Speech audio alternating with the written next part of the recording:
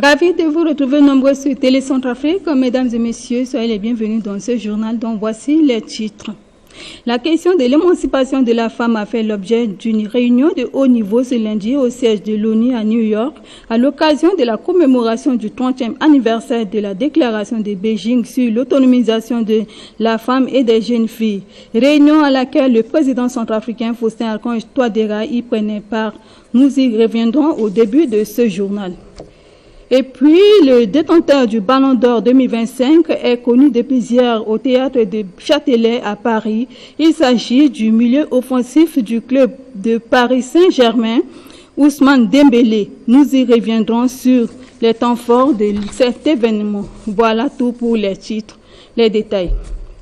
Le président de la République, Archange Touadéra, 2 jours après la table ronde des investisseurs au Maroc à Casablanca, a effectué une visite de travail à Londres au Royaume-Uni la semaine dernière. Le but est de renforcer l'amitié entre les deux États. Reportage de Sylvain Sélécon sur le récit du prince Édouard Guéma. Suivez. À son arrivée à l'aéroport de Biguel, le président Touadéra a été reçu par Saif Djoubal, homme d'affaires et investisseur britannique, John Peace, dirigeant d'entreprises britanniques, et Lord Waverley, directeur général de Global Trade. Le lendemain, le chef de l'État a pris part dans une table ronde à Chatham House organisée par le programme Afrique. Cette table ronde a porté sur les voies vers la stabilité et le progrès en République centrafricaine. Dans son message, le chef de l'État a présenté sa vision qui est celle de bâtir un Centrafrique nouveau, fort et uni. Que la République centrafricaine soit reconnue à travers ses potentialités, a mentionné le président Touadéra. Vous m'excuserez, je suis venu ici à Londres pour parler d'un nouveau Centrafrique, celui que je suis en train de construire avec le soutien de tous mes compatriotes vraiment désireux de tourner définitivement la page sombre de notre histoire. En effet, ma vision est de bâtir un Centrafrique nouveau, un Centrafrique fort, uni, prospère, privilégiant le dialogue, la justice et l'esprit de réconciliation nationale.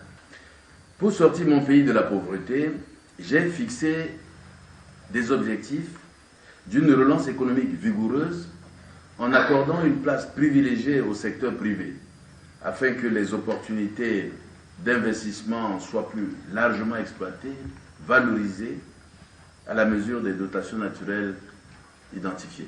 C'est pourquoi, dès mon accession à la magistrature suprême de mon pays, le 30 mars 2016, j'ai identifié les principaux secteurs de croissance qui demeurent sous-exploités ou pratiquement inexploités. Un examen rapide a permis de constater que l'agriculture, qui est le poumon de l'économie nationale et qui occupe plus de 70% de la population active, avec une surface de terre arable estimée à 15 millions d'hectares, n'est pratiquée que sur environ 1% de cette superficie. Précisons que le président a eu une série de réunions avec des organisations britanniques. Mais peu avant, le ministre des Mines et de la Géologie, Rufai Benam Betungu, ses collègues de l'énergie et des ressources hydrauliques, Arthur Bertrand Puré, et celui des transports, Gothon Diono Abba, ont accordé une audience avec les honorables députés et la société civile de Londres.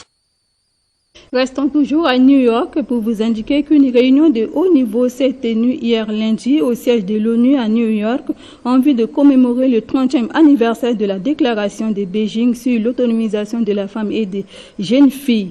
Le président de la République, Faustin-Archange Touadéra, a pris part à cette rencontre afin de présenter la situation de la République centrafricaine en faveur de l'émancipation de la femme. Max Thierry Thévenet pour le reportage. Cette réunion de haut niveau qui s'est tenue en prélude de l'ouverture de la 80e Assemblée générale de l'ONU a pour objectif de rappeler aux différentes parties les engagements historiques de Beijing concernant l'émancipation, l'autonomisation des femmes ainsi que l'égalité de sexe en mettant en exergue le concept genre dans le monde entier. Cette rencontre offre une nouvelle opportunité de réaffirmer d'autres engagements concrets afin d'accélérer les progrès vers un développement inclusif et durable. L'occasion a permis au président de la République, professeur Faustin Archange Touadéra, de présenter les efforts du gouvernement en faveur de l'autonomisation des femmes et des jeunes filles en République centrafricaine devant l'Assemblée. Professeur Faustin Archange Touadéra. La République centrafricaine a inscrit l'égalité de genre et l'autonomisation des femmes au cœur de son plan national de développement 2024-2028. Nous avons la conviction que l'égalité n'est pas seulement une exigence morale, mais une condition pour la paix, la justice et le développement durable. C'est pourquoi, dans l'éducation, nous avons lancé des programmes de gratuité scolaire bénéficiant déjà à plus de 89 000 filles. Le projet Maingo, avec l'appui de la Banque mondiale, lutte contre l'abandon scolaire en offrant des bourses aux adolescentes menacées par la pauvreté, les mariages ou grossesses précoces. Dans le domaine de la santé maternelle et infantile, nous renforçons la formation des matrones et l'accès aux soins obstétricaux pour réduire les décès évitables et protéger chaque vie, en particulier dans les zones rurales. Dans la participation politique et la consolidation de la paix, nous mettons en œuvre notre 3e plan d'action national sur la résolution 1325 et avons actualisé notre plan Beijing plus 30. Nous renforçons aussi les mécanismes de redevabilité pour que les femmes, les jeunes et les plus vulnérables soient véritablement au centre de l'action publique. Cependant, beaucoup reste à accomplir. Maintenir les filles au collège et au lycée, malgré la pauvreté et les normes sociales, demeure un grand défi. Nous devons investir massivement dans l'éducation des filles et la santé maternelle, car c'est là que se joue l'avenir de l'Afrique. Adoptons des mesures fortes pour l'égalité politique afin que les parlements, gouvernements et collectivités locales reflètent réellement la moitié de l'humanité. Appuyons l'entrepreneuriat féminin par le crédit, la formation et l'accès au marché, car l'autonomisation économique est la clé de la dignité de la femme. Protégeons enfin les femmes contre les violences basées sur le genre par l'application rigoureuse des lois, l'accès à la justice et le soutien aux survivantes. Notons qu'en République centrafricaine, non seulement le gouvernement œuvre pour l'émancipation des femmes, mais il met aussi l'accent sur la lutte contre la violence basée sur le genre. Quittons New York pour la primature où la représentante spéciale du secrétaire général des Nations Unies, chef de la MINUSCA, a été reçue ce mardi par le Premier ministre chef du gouvernement Félix Molowa. Les défis restants des préparatifs des élections groupées de décembre 2025 a été le point saillant de cette rencontre. Les détails avec Brice Devalor-Watebo. Aux premières heures de la matinée de ce jour, le Premier ministre, chef du gouvernement, M. Félix Molowa, a accordé une audience à Mme Valentine Rugwabiza, représentante spéciale du secrétaire général des Nations Unies en Centrafrique, chef de la MINUSCA. À l'entame de cette rencontre, les deux personnalités ont fait le tour des questions liées à l'organisation des élections groupées de décembre 2025. Les points essentiels ont été bien sûr sur la préparation des échanges, sur les développements dans les préparatifs des élections couplées qui, comme vous le savez, devront se tenir au mois de décembre. Nous avons pu échanger sur ces différents préparatifs et les avancées, mais aussi les défis restants auxquels les différentes entités et comités sont en train de travailler pour pouvoir apporter des solutions adéquates. J'ai cependant bien sûr saisi l'opportunité pour réaffirmer au Premier ministre et chef de gouvernement le mandat qui est celui de la MINUSCA, qui est le mandat de soutien technique, de soutien logistique, de soutien sécuritaire et d'appui aux bons offices, et que ce mandat de la MINUSCA, eh bien, la MINUSCA va continuer à accomplir son mandat tel que instruite par le Conseil de sécurité des Nations Unies. J'ai absolument assuré de cela et bien sûr de notre disponibilité là où le gouvernement aurait besoin que nous aidions à soutenir des efforts de mobilisation additionnels, surtout des efforts de mobilisation en ce qui concerne les ressources. Et nous sommes à 3 mois des élections, donc ceci représente une urgence. Cependant, ces élections, il est important de rappeler que ces élections qui vont être des élections couplées vont également comprendre, en addition des élections présidentielles et les élections municipales, les élections régionales et les élections législatives. Et les élections municipales font partie de l'apport politique de paix et de réconciliation. Et c'est une partie importante et donc, selon la manière dont elles se dérouleront, devrait nous permettre de pouvoir véritablement faire une avancée très importante également dans la mise en œuvre de l'accord politique de paix et réconciliation. La question de soutien de la MINUSCA à la mise en œuvre de l'accord de paix signé à N'Djamena le 19 avril 2025 entre le gouvernement et les deux groupes armés, en l'occurrence l'UPC et les 3E, n'était pas en reste. Nous avons également pu faire le point sur les avancées en termes des opérations de démobilisation et de désarmement qui ont eu lieu dans différentes préfectures. Et ces différentes opérations qui ont eu lieu dans différentes préfectures, au jour d'aujourd'hui, ont conduit au désarmement de plus de 500 combattants, ce qui est appréciable sur une courte durée de temps. Et elles sont en train d'avoir lieu, elles continuent à avoir lieu. Ici également, c'est le lieu de rappeler que la MINUSCA est le partenaire du programme national de désarmement et de démobilisation. Nous sommes en train de soutenir ces différentes opérations. Ce sont des processus complexes. Les éléments armés ne viennent pas tous en même temps. Ce sont des processus qui demandent énormément de patience, qui demandent une grande mobilisation de ressources, mais c'est ici aussi le lieu de pouvoir passer à travers vos voix le message à tous qu'il n'y a qu'un seul programme national de désarmement et de démobilisation et il ne peut y avoir de processus parallèles parce que les processus parallèles, malheureusement, vont exclure ceux qui sont passés par des processus parallèles, vont les exclure ensuite de tous les mécanismes de réintégration et des soutiens qui sont en place pour la réintégration. Le Premier ministre a saisi l'occasion pour présenter les condoléances les plus émues du gouvernement à la MINUSCA suite à la disparition tragique des 5 policiers du contingent du Congo dans un accident de circulation la semaine dernière. Le chef du gouvernement s'est rendu ensuite aux obsèques du feu Ndindi Bamango Martial, ancien gouverneur de la région de l'Équateur décédé le 5 septembre dernier à Bangui, où il a déposé une gerbe de fleurs en guise de reconnaissance au nom du gouvernement.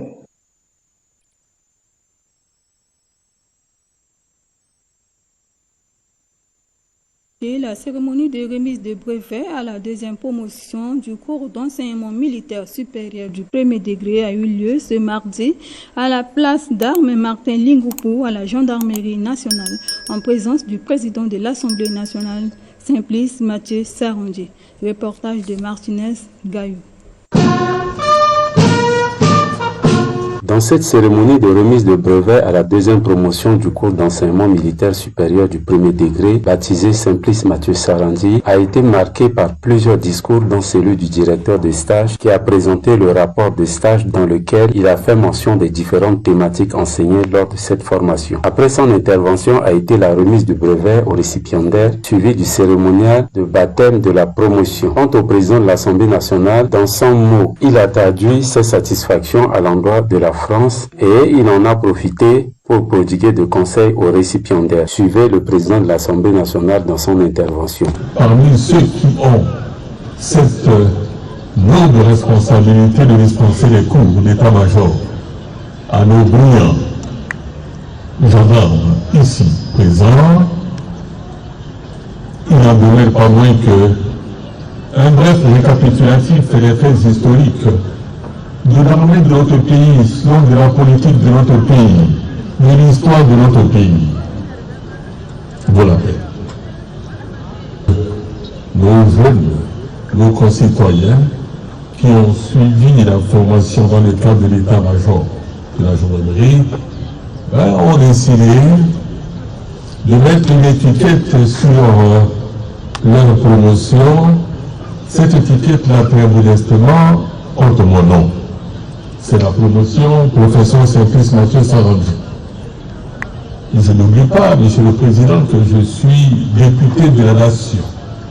Au nom de la séparation des pouvoirs, que dois-je faire? Étant entendu que les forces de défense et de sécurité sont placées sous les auspices de l'exécutif. Et moi, à ma qualité de député, que dois-je faire? Est-ce que je peux prendre part à cette cérémonie? Il m'a dit oui. Il est à noter qu'au total, 22 officiers ayant suivi la formation qui a démarré du 28 novembre et a pris fin le 12 septembre 2024. Merci. Poursuivant ce journal, le programme des Nations Unies pour le développement PNUD, en partenariat avec le ministère du Plan et de l'Économie, a organisé ce mardi à l'hôtel JM Résidence à Bangui un atelier de renforcement des capacités autour du thème « La formation des jeunes rapporteurs ». Des précisions avec Cyril Mbala et Africain Amoulou.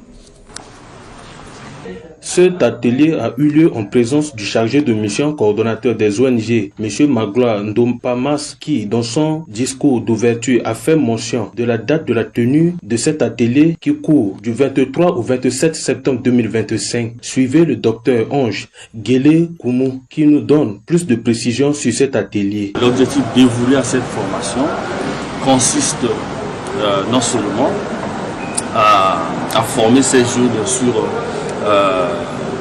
les préambules ou bien les connaissances basiques des ODD et la technique de collecte et analyse des données. Vous savez, les ODD, objectifs du développement durable, qui s'étalent sur une durée précise et qui a pour rôle de drainer un certain nombre de rapports. Et pour que ces rapports soient élaborés, il y a un travail de fourmi à effectuer, notamment la collecte, l'analyse, la collecte des données déjà, le traitement, le profilage et l'analyse des données. Donc c'est le lieu, la place, alors de faire appel, d'identifier des jeunes étudiants, des jeunes des associations qui travaillent sur les questions des ODD et de leur donner vraiment cette possibilité de se familiariser avec la nouvelle dynamique qui encadre un peu la question des statistiques. Vous savez, pour mieux appréhender un peu le niveau d'accélération des objectifs dévolus aux ODD, il faut arriver à élaborer un rapport d'accélération. Et ce rapport qui est en cours d'être élaboré. Il est à noter que plusieurs thématiques seront débattues dans cet atelier qui dure 4 jours de formation. Autre fait de l'actualité, Maître Denis Modémadé s'est déclaré le dimanche dernier comme candidat aux élections législatives de décembre prochain au nom du mouvement Kodrotimoko Zonissi dans la première circonscription du 6e arrondissement de Bangui. La cérémonie s'était déroulée en présence des autorités locales. Le point avec Dorlan Koyango.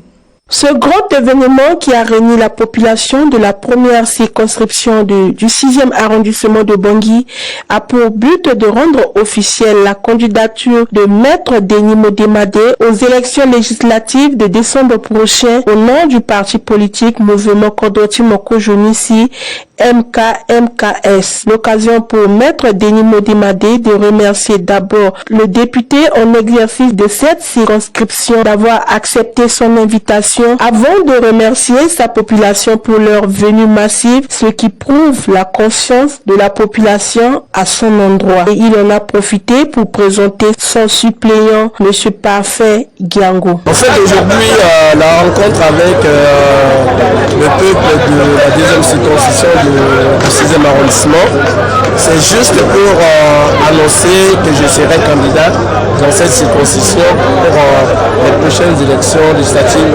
à venir dans notre pays. J'ai toutes les compétences, j'ai rempli les conditions requises par la loi. Je suis centrafricain, j'ai le niveau qu'il faut. Et d'ailleurs, pour plus de motivation, je voudrais vous informer que j'ai été député dans cette circonscription. Donc, je ne suis pas un novice, j'ai exercé ces fonctions et pour moi, ce ne serait pas quelque chose de nouveau.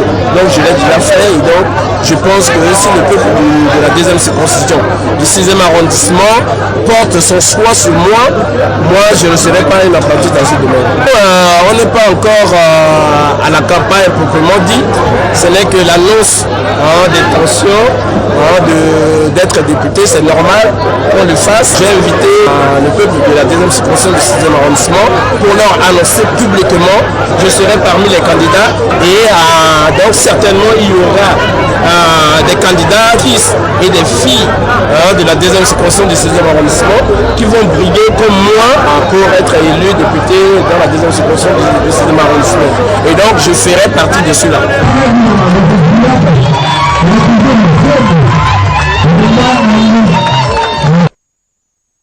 Et puis, à l'occasion de la Journée internationale de la paix, édition 2025, la radio Guira a tenu une émission foraine à Landia, dans le 9e arrondissement de la ville de Bangui, sur le thème « Agissons pour un monde pacifique ».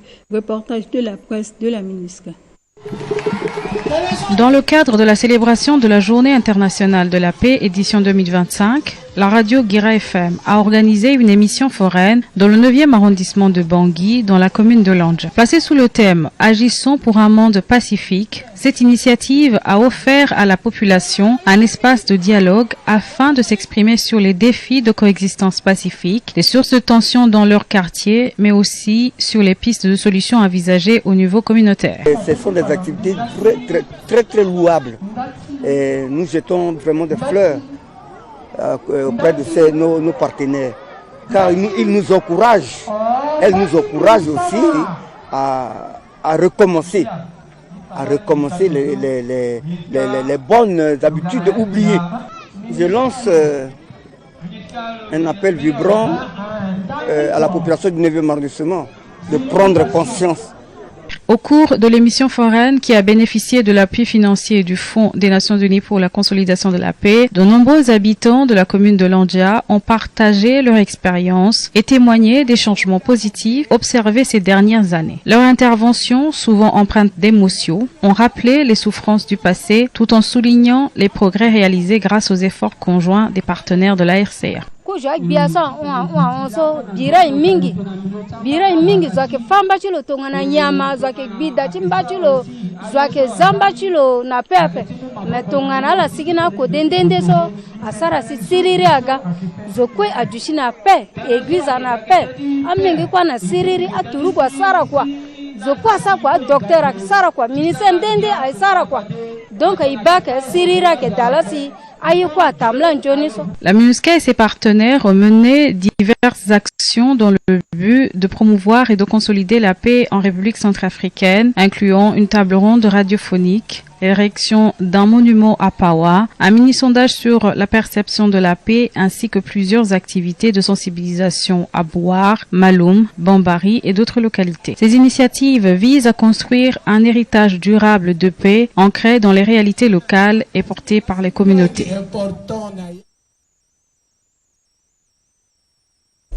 En sport, Ousmane Dembélé a remporté le Ballon d'Or 2025 hier lundi 22 septembre au Théâtre des Châtelet à Paris. Il devient le 6e joueur français à recevoir cette prestigieuse distinction. Retour sur l'événement avec Junior Maliavo et ainsi s'achève ce journal rendu possible grâce à toute l'équipe rédactionnelle de Télé Centrafrique. Merci à vous de l'avoir suivi. Au revoir.